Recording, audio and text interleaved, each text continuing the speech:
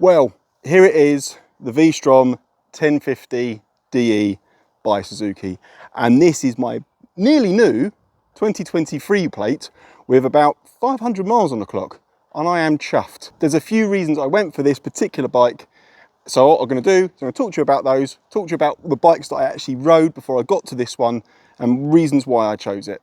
So let's get on with it. Tom Stacey. Before riding this motorcycle, I rode the Benelli TRK 702X. I then rode the Africa Twin on a 2024 plate, and then rode the BMW 850 GS Trophy, I believe it was. And then I rode this, and it was a bit of a wild card. On the day I was testing the BMW, we went over to Bridge Motorcycles down in Devon, and we just were going to go for lunch and have a little look around and see what it was about. And I'd initially poo-pooed the V-STROM 1050 because I'd looked at all the other YouTube channels and thought, you know what, it's not going to be the right bike for me. However, once I swung my leg over this, and as soon as I put my foot on those pegs and looked at the screen and felt the position, it felt really good for me. This bike, I would say, is underrated. I don't think it can compete with the Africa Twin, but for me, cost, value, made this bike feel right for me. The Africa Twin was a massive contender.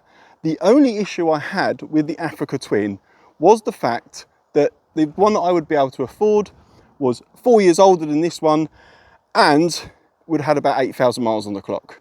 And also, actually a little bit more expensive than this one. And we'll go into price a bit later on.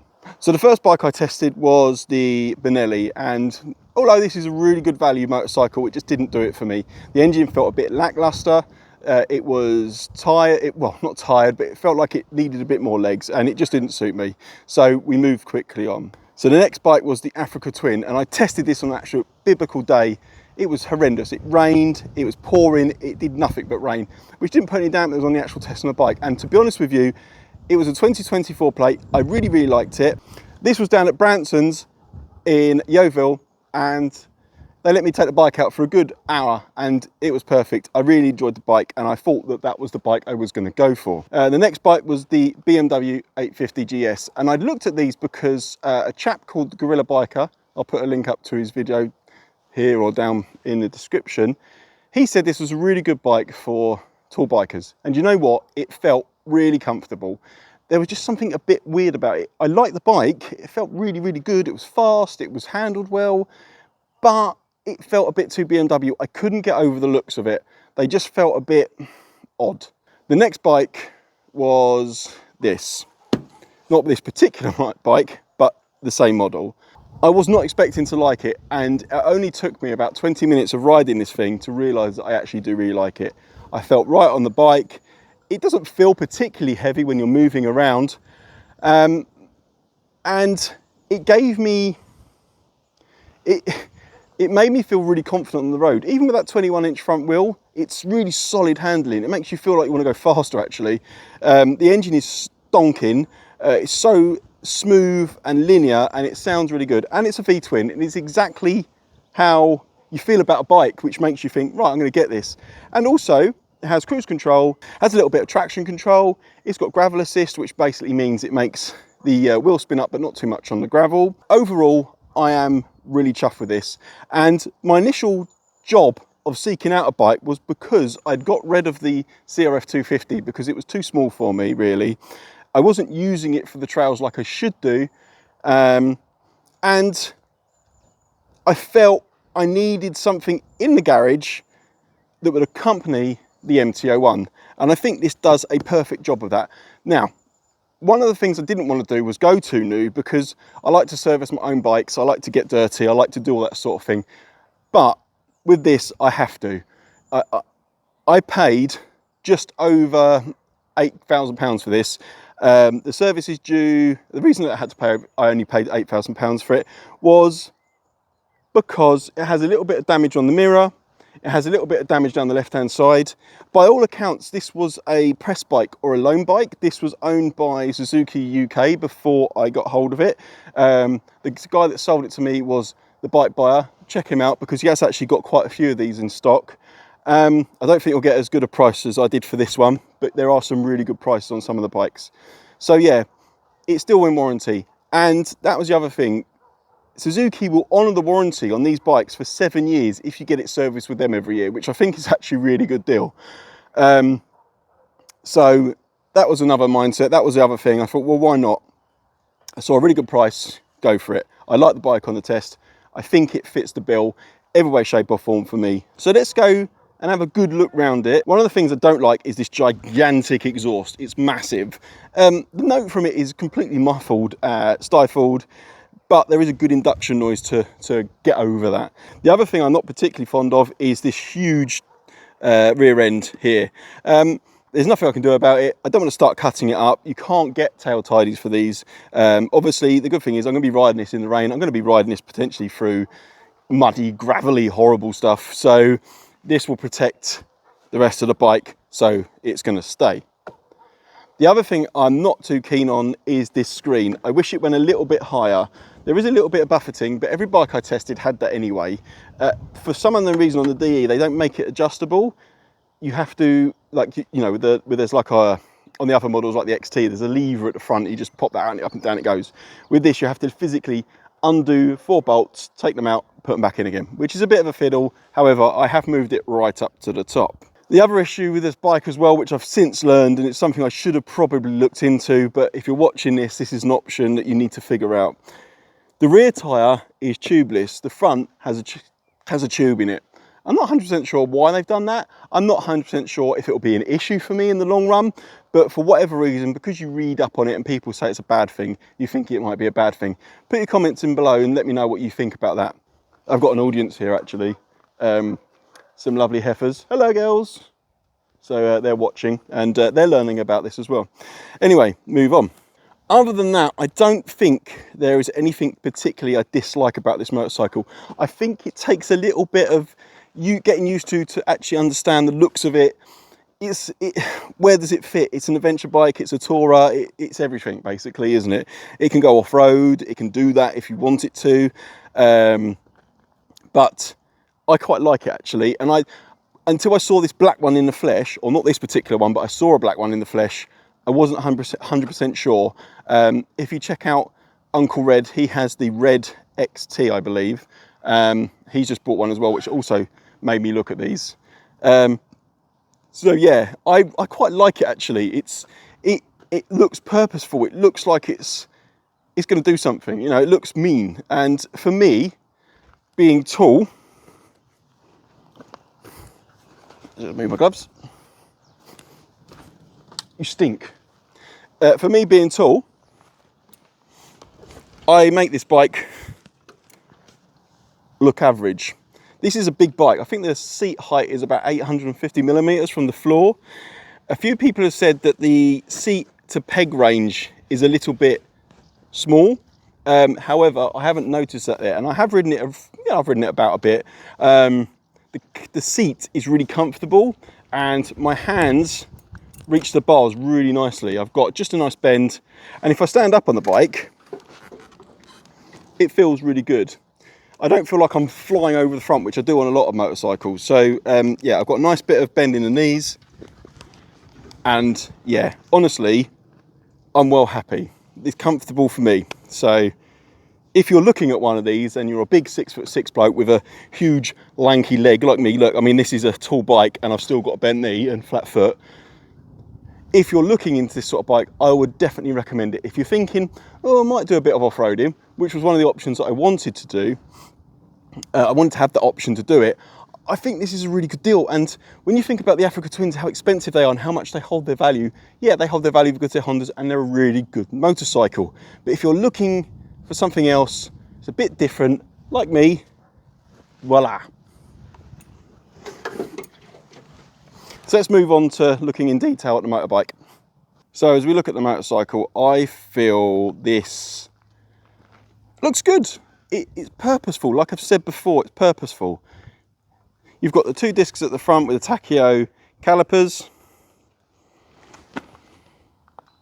You've got an alloy, I think, bash plate, which is okay. It looks like a bit of an afterthought, but it does the job.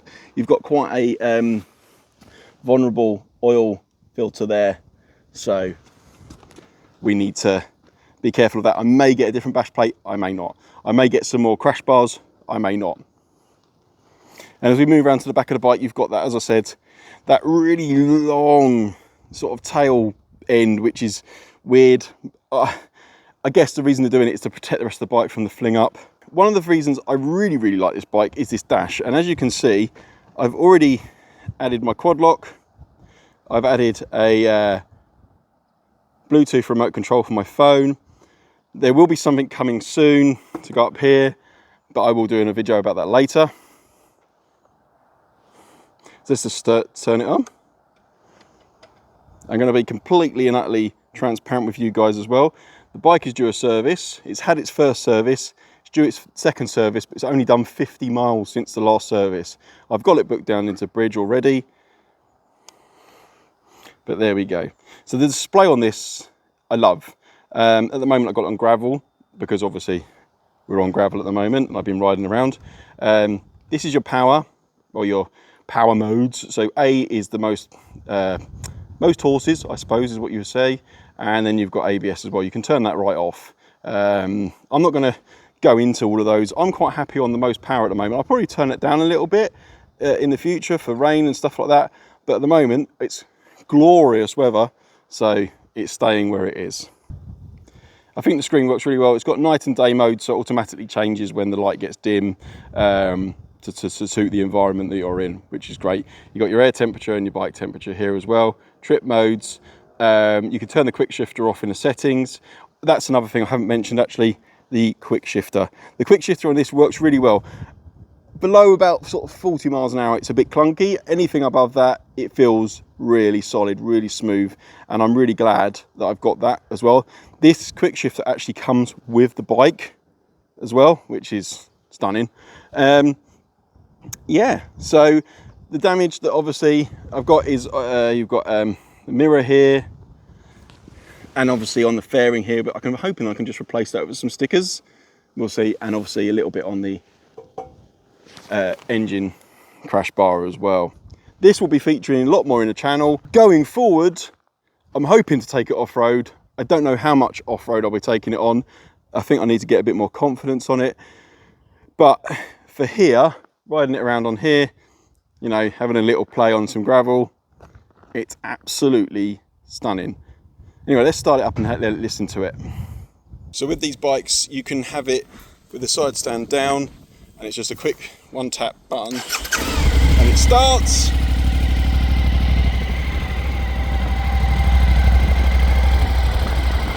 I do like it. I do think it sounds very nice.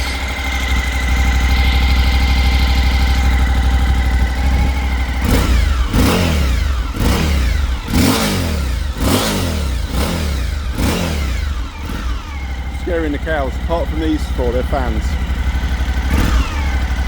So yeah.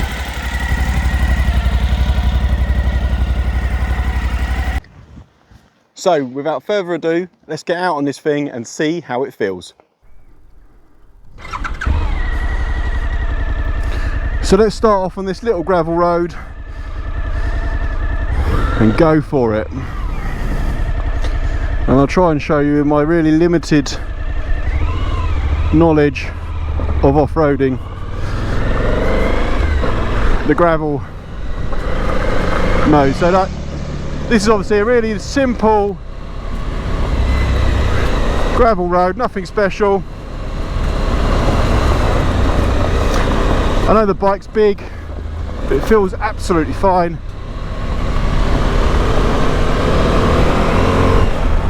And I can get the back end to sort of feel really nice actually. But as most of my riding is likely to be on the road,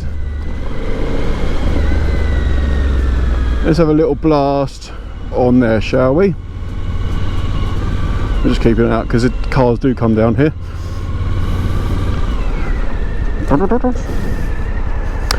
going to be Sunday traffic now. Oh. So we'll change the mode to off traction control. I don't need it as it currently stands.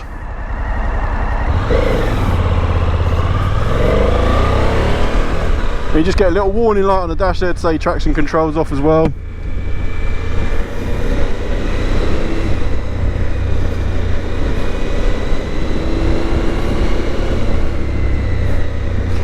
But the bike, while we're going a little bit slow through traffic, we have cruise control, which is absolutely fantastic, and that was an option that I really wanted to have on a bike like this, because I wanted to have that as an option, so that if I needed it was there. And it's about the off-road thing as well. It's like, I know this isn't strictly an off-roader like the Africa Twin, but it's an option for me, and the bike handles a lot better on the road than an Africa Twin would, because it's a bit stiffer.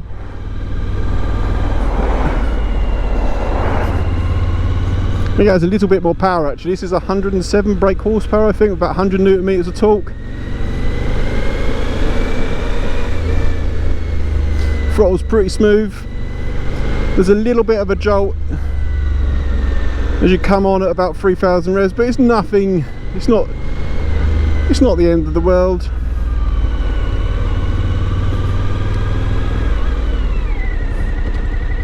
Technically it's a new bike, so I am trying to run it in a little bit.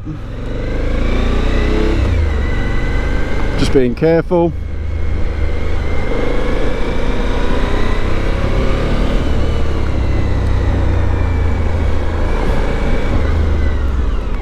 The brakes feel really solid actually, they're really nice and progressive. They don't feel wooden. I can tip the bike into corners nicely and use that quick shifter like so.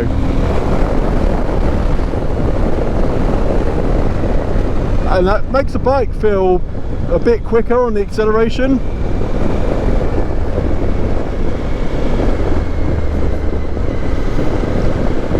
You can even use it on the downshift as well.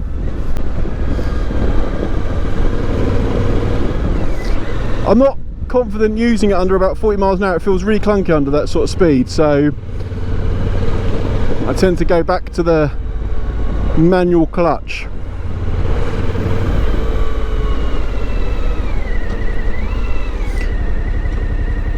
Yeah, this bike's done nearly 500 miles.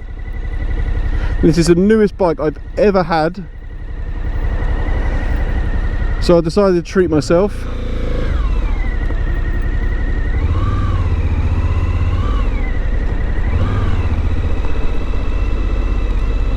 And the aim of the game is this will do all the commuting, all the long journey, like the really long journeys, and will be used in the rain as well. I'll look after it obviously, but it will be used in the rain. The MT-01 will be tucked up in the garage and used for special occasions and showing off. Yeah, that's basically what the deal is with this. I wasn't gonna spend so much money. I was literally going to sell the CRF and probably buy an older bike, but a bigger bike. But the more I looked around, obviously you get adverts all over the place. You know, this bike, and so I started looking at other bikes. And I thought, well, if I'm going to spend a bit more money, I want a few more toys, but I don't want too many toys. This feels analog enough for me to still be like I'm connected to the bike. You can turn everything off if you want to. I know you can do that on the Africa Twin, and I'm comparing it to the Africa Twin because the Africa Twin is what I think, between this and that bike, I spent ages umming and ahhing over what one to get. You have no idea. I think my wife went a bit crazy, but I had her full support. I've still not got the hang of that quick shifter. I don't see, there we go. There's a little bit of a clunk, but the bike does all the work for you. So you can just literally throttle on. Better slow down here. You can literally just throttle on and basically just flick through the gears, and it's up and down as well.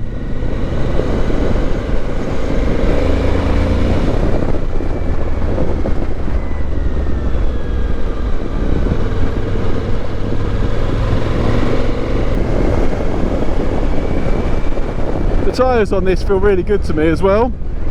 It's just a standard tyre set. I'll put a little better text up to show you what ones they are. I think they're more than good enough for the situations that I'm going to be doing in it right now. I may dabble in something a bit more off-roady.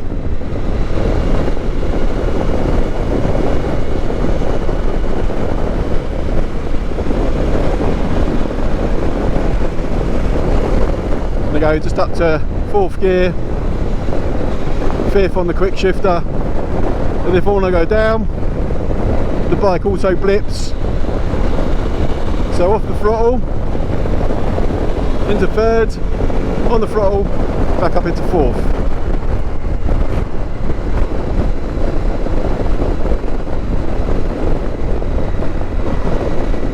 And you can turn the quick shifter off. You see the sign here, it means quick shifter's on.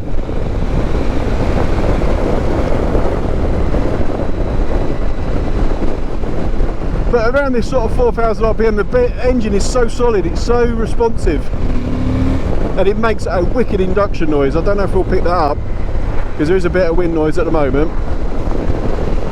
We'll just turn down into some lanes now.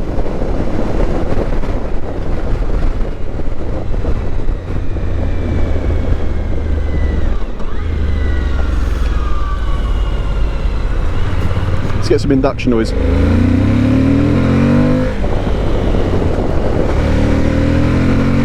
Yeah, I love that. I hope that comes through. I think twin with a not a massively loud exhaust like the MT-01, because that's what the MT-01's all about, but something a bit fruitier, that will sound lovely. Because this is of course the V-twin engine that it's been around with Suzuki for years.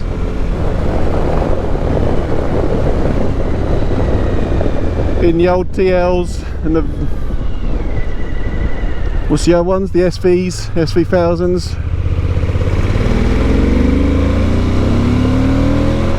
It's a beautiful engine, and I think that's what initially made me feel like, yeah, I want this bike. But I feel like it's perfect for lanes like this, because it's so smooth and fills me with confidence.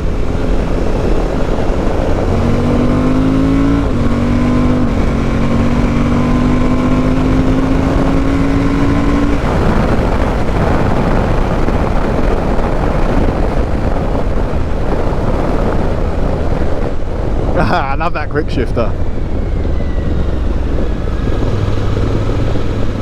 Yeah, little lanes like this is what it's for, as well as blatting down the motorway at 70 miles an hour.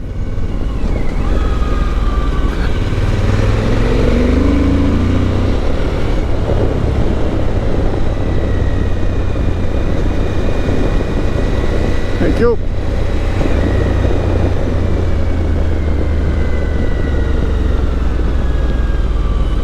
I really don't understand why this bike has been so overlooked. It's such good value, especially on the used market now. I think they're 14 grand, probably that's why. They're so expensive brand new. I mean, competing with the Africa Twin in the price bracket is probably not a good idea. But on the used market, I mean, they've lost an awful lot in value. To be able to pick this one up for just over £8,000, I can't believe it. I was looking at a 4-year-old Africa Twin with 8,000 miles on the clock, and they wanted near on £9,000 for it, which is the market for them. But this is brilliant.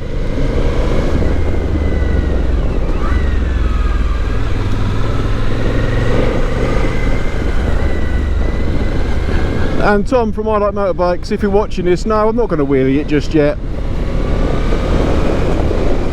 I'm sure it will.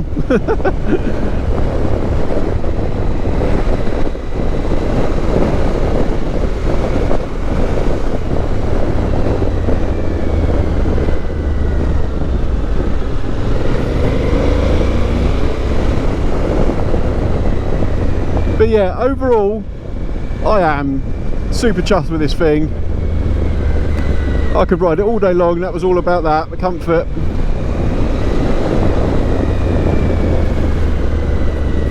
And to accompany my MT-01. And I think it does everything that I've asked it to do.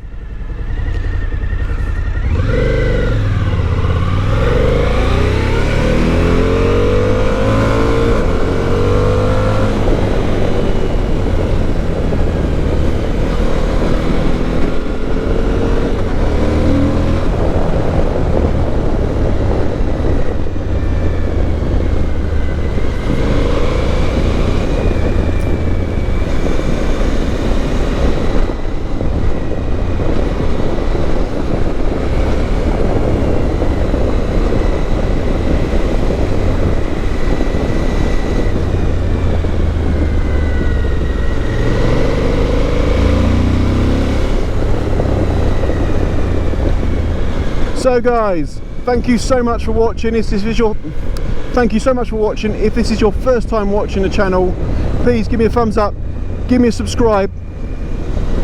It all means the world to me. The channel seems to be gone from leaps and bounds lately, which is fantastic. So I do really appreciate all of my latest subscribers and my old subscribers as well. You keep the channel chugging along, and that's why I do it. So I'll see you next time on Tom's DC.